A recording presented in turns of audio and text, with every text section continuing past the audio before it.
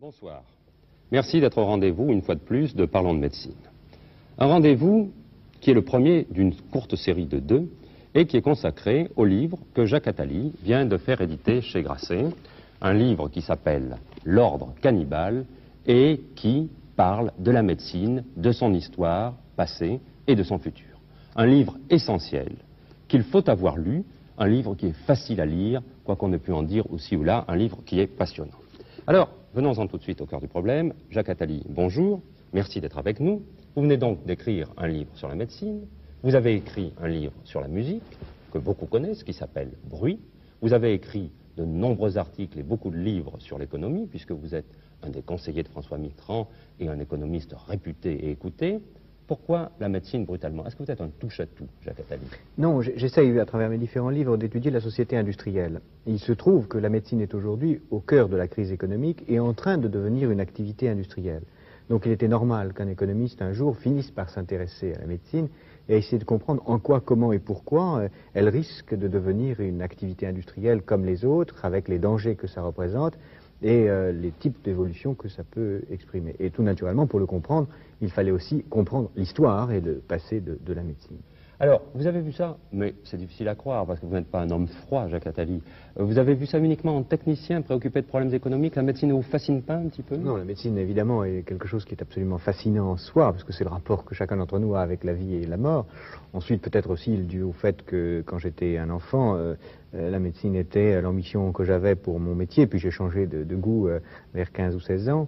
Mais surtout parce que j'ai essentiellement le sentiment que la crise économique et culturelle dans laquelle on est a un enjeu majeur qui est quel rapport on va avoir dans l'avenir avec la maladie, avec la vie et avec la mort. Alors il est évident qu'il est hors de question de traiter ça sans être passionné, et j'ai été de plus en plus passionné en étudiant ce sujet. Mais écoutez, je peux vous dire que dans votre livre, ça se sent que vous êtes passionné. Alors, donc, venons-en à ce livre et venons-en à l'analyse que vous faites de la médecine. Alors vous faites quelque chose qui surprend de prime abord. Vous dites, finalement, le premier acte médical, si on peut dire, vous allez redresser de vous-même, c'est le cannibalisme. C'est-à-dire que le cannibalisme, qui nous apparaît comme quelque chose de répugnant, appartenant à des peuplades primitifs, est finalement un acte rituel qui a pour but d'éloigner le mal. C'est ça? Oui, ce qui est très frappant, c'est que quand on regarde les travaux des anthropologues ou la source des récits des peuplades primitives ou des mythes, on se rend compte qu'il y a une vérité qui a toujours été censurée, à savoir que l'homme, dans le fond de son histoire, était un cannibale. C'est-à-dire qu'il mangeait l'autre mort ou qu'il tuait l'autre pour le manger, et qu'il le faisait pour des raisons thérapeutiques très précises, qui étaient que manger le cadavre d'un mort, c'était une façon de détruire le support que les âmes des morts pouvaient avoir et qui venait ainsi propager les maladies. Donc le cannibalisme est quelque chose de très fréquent, de très banal, de très quotidien pendant des millénaires, beaucoup plus long que toute l'histoire brève dont les hommes se souviennent. Alors ça, je peux dire que ce n'est pas une idée que Jacques Attali a inventée comme ça pour être farfelu. On retrouve effectivement dans les travaux des grands anthropologues comme Robert Ardrey, par exemple, cette notion qui apparaît comme une évidence. Donc, je crois que c'est important à dire au moment où on parle du fondement de votre ouvrage, ce n'est pas fondé sur une idée un peu parisienne, un peu amusante, c'est une idée acceptée par les plus grands scientifiques. Alors, un jour, le cannibalisme, je ne dirais pas qu'il dégoûte un peu les hommes, mais c'est à peu près ça. Pourquoi? Oui, il faut faire des hypothèses là-dessus, parce qu'on ne sait pas grand-chose. Il m'a semblé, à regarder l'histoire des mythes et l'histoire des hommes, que le cannibalisme commençait à devenir dangereux à un certain moment, pour une raison très simple, c'est que si vous mangez les morts pour guérir, vous finissez par avoir envie de tuer pour pouvoir avoir quelque chose à manger. Et donc le cannibalisme, qui est guérisseur, devient source de violence et devient menaçant. Ce qui est un moyen de conjurer la menace devient menaçant. Donc il a fallu le mettre en ordre, le ritualiser. Et la meilleure façon de le ritualiser, c'est de dire, eh bien, il y a certaines personnes qu'on pourra tuer pour manger, seulement certaines, et puis le reste, on ne le mangera pas. Alors quand on regarde l'histoire des sociétés, l'histoire des mythes, on se rend compte que pour guérir, on a commencé par interdire de tuer pour manger les membres de sa propre famille, puis d'interdire de tuer pour manger tout le monde, sauf des personnes qui étaient chargées de cette fonction-là. Le bouc émissaire, qui était en général un homme. Et on trouve ça très tard. Il ne faut pas oublier que jusqu'au XVe siècle, on a des récits très précis, on sacrifiait aux dieux et on donnait à manger au peuple dans certains pays, comme par exemple en Amérique du Sud et en Amérique latine, jusqu'à 100 000 personnes en une semaine, qui étaient tués sur les marches des temples et donnés à manger pour guérir, pour prévenir des maladies et des différents fléaux qui pouvaient investir jusqu'au XVe siècle. Oui, c'est ça. Quand on visite effectivement au Mexique les pyramides de Teotihuacan, on voit très bien l'endroit où l'on sacrifiait la victime et puis les pierres qui sont sur la pyramide, vous le rappelez d'ailleurs dans votre livre, et on jetait les cadavres pour que ça fracasse et ils arrivaient en bas, pas prêts à être consommés, mais quand même très abîmés pour être plus faciles à découper. Donc finalement, le cannibalisme disparaît, il est enfoui dans les consciences de chacun, mais il persiste. Moi, je veux donner un exemple à l'appui de votre thèse. C'est le livre fameux qui s'est appelé Les Survivants, qui a été l'objet d'un film, et qui racontait cette histoire de l'avion qui s'est écrasé dans la cordillère des Andes, où les survivants ont mangé les cadavres des morts pour survivre, et ça a eu un tel retentissement que ça veut dire une chose très précise, c'est que le cannibalisme est encore au fond de chacun d'entre nous, même si vous, Jacques Attali, si Catherine Dolto, qui interviendra tout à l'heure, et si moi-même, nous mangeons rarement, très rarement, de la chair humaine. Alors donc, tout naturellement, puisqu'on sacrifie aux dieux des boucs émissaires, le prêtre devient le premier maître. C'est ça. C'est-à-dire que les dieux eux-mêmes, dans un premier temps, sont cannibales. Ils se mangent entre eux. C'est frappant de voir que dans l'histoire des mythologies de la plupart des pays, les dieux se mangent entre eux. Alors là, je vais en profiter pour remontrer à la caméra votre livre, et on voit comme illustration le magnifique tableau de Goya, qui est Cronos dévorant ses enfants. Et Cronos n'a pas dévoré Zeus, parce qu'on a remplacé Zeus par une pierre emmaillotée, et que Zeus est allé se faire élevé en Crète par les nymphes, mais c'est le mythe originel popularisé ici par Goya. Donc, alors c'est ça qui est très important, c'est que Zeus est le premier dieu qui cesse d'être cannibale.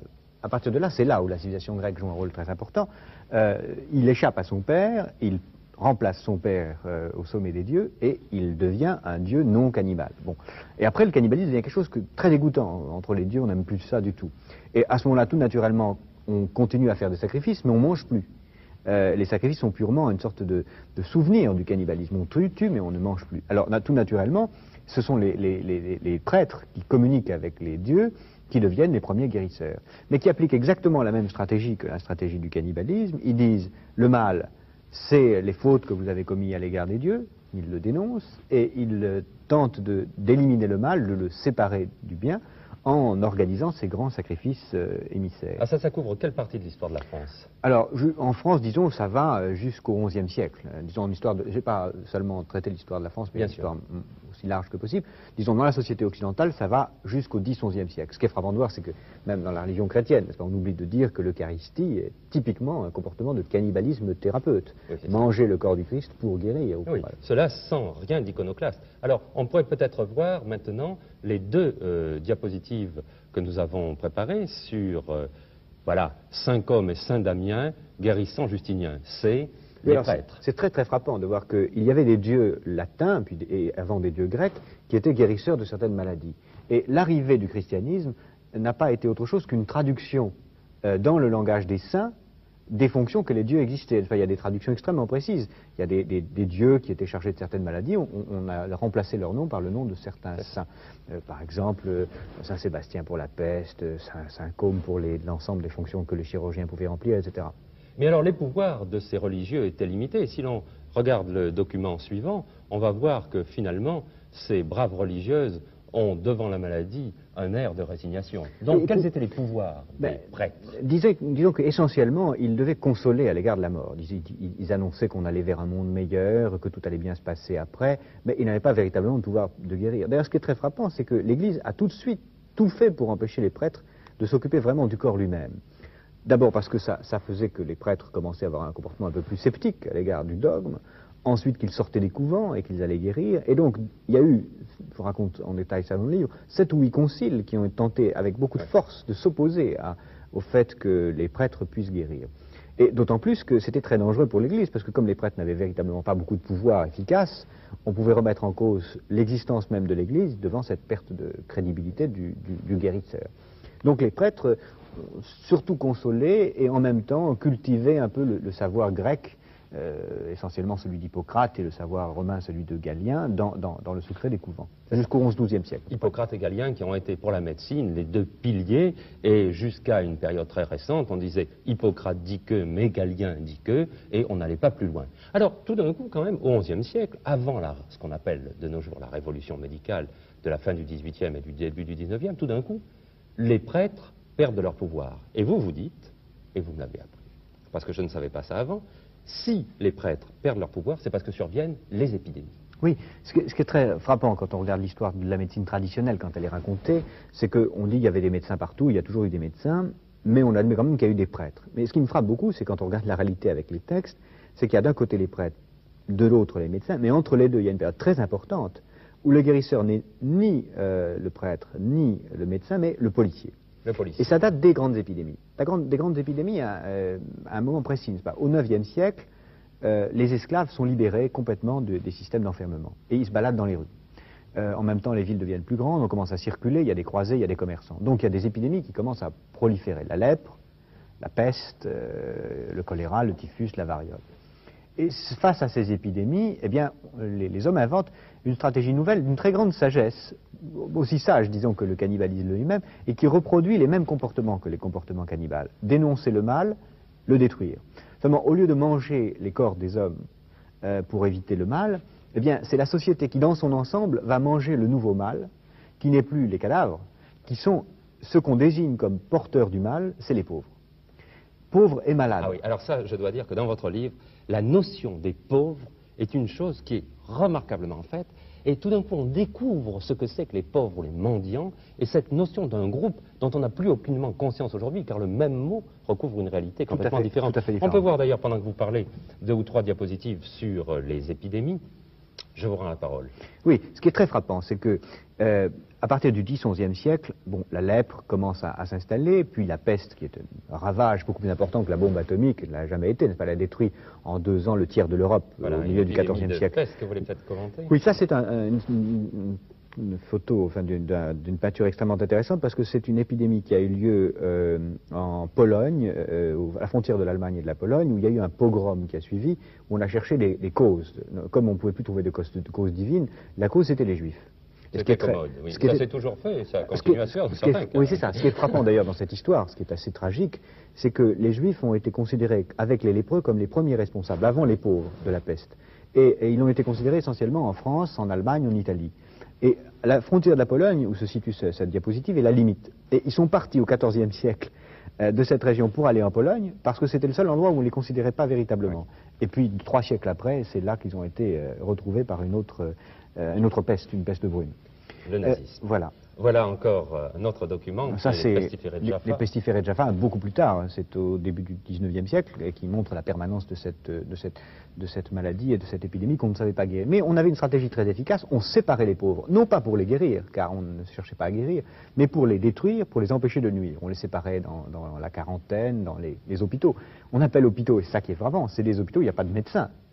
Il y a uniquement une maison d'enfermement. Des prisons pour malades. Des prisons pour malades, malades ou pauvres, parce que tout pauvre est malade et tout malade est pauvre. Ouais, c'est la même chose. Oui, ça, c'est très le concept est identique. Oui, oui. Donc on ne lutte pas contre la pauvreté, ni contre la maladie, mais contre les pauvres et malades, qui sont ce qu'il faut manger pour maintenir l'ordre. C'est ça. On les met hors les murs. Voilà. Et ce qui est très frappant, c'est quand on regarde l'histoire de la société entre le XIe et le XVIIIe siècle, alors qu'on est habitué, quand on regarde les livres d'histoire de France ou d'histoire de l'Angleterre, à voir la succession des rois et des grandes magnificences, on s'aperçoit qu'il y a derrière toute une autre histoire de France ou d'Angleterre, qui est l'histoire de la lutte contre les pauvres, qui est la vraie histoire. C'est que le pouvoir royal se constitue contre les pauvres, pour maintenir l'ordre dans la société. Mais les pauvres, c'est pas rien, c'est un tiers de la société. Il faut bien se rendre compte que dans Paris, il y a 300 000 personnes qui se baladent, qui détruisent tout, qui cachent tout, qui prolifèrent, qui véhiculent des maladies et tout, et qu'on essaye d'enfermer. Alors on ne réussit pas tout à fait. Il y a des razzias. C'est ce que vous racontez. Il y a les rafles, on ramasse les pauvres, mais finalement on n'en ramasse qu'une petite partie. Fraction. On a l'impression que c'est une très grande injustice. On ramasse un certain nombre, et il y en a qui veulent se faire ramasser parce qu'ils sont tellement pauvres que la punition, les châtiments qu'on leur inflige, mais le peu de nourriture qu'on leur donne, finalement, c'est mieux que... C'est ça qui est fascinant. D'ailleurs, on trouve cette permanence, et qu'on retrouve dans la médecine moderne, de la fascination pour le mal. N'est-ce pas, comme il y avait à la fin de la période religieuse des gens qui voulaient se faire sacrifier, qui allaient au sacrifice pour guérir dans l'éternité, comme les flagellants par exemple, qui se flagellaient en Allemagne, qui organisaient des grandes cérémonies de suicide à coups de fouet. De même, il y a des gens qui ont été dans les léproseries volontairement, parce qu'on était mieux dans les léproseries que dehors, on pouvait au moins échapper à la famine. Et souvent, on ne risquait pas la lèpre parce qu'on mettait n'importe qui dans les léproseries. Il y avait souvent des léproseries sans lépreux du tout. Parce qu'on ne savait pas reconnaître un véritable lépreux. Il y a un moment, il me semble bien, dans votre livre, vous expliquez qu'il y a des petits passe-droits vers la fin des léproseries pour se faire Absolument. On payait pour avoir le droit d'entrer dans les léproseries. Oui. Et de même, dans les hôpitaux généraux de Louis XIV, qui commence avec Louis XIII et Louis XIV, il y a des tas de gens qui étaient tellement malheureux ailleurs qui préféraient venir dans les hôpitaux généraux, qui étaient en fait exactement des camps de concentration. Exactement le même comportement. On faisait travailler jusqu'à la mort dans des conditions absolument terribles. Mais il y avait toute une sorte d'accommodement avec le ciel. Il y en avait qui étaient mieux, on pouvait s'arranger. Il y avait une corruption généralisée qui disait qu'on arrive peut-être mieux à vivre là que dans les cours des miracles où on mourait très vite.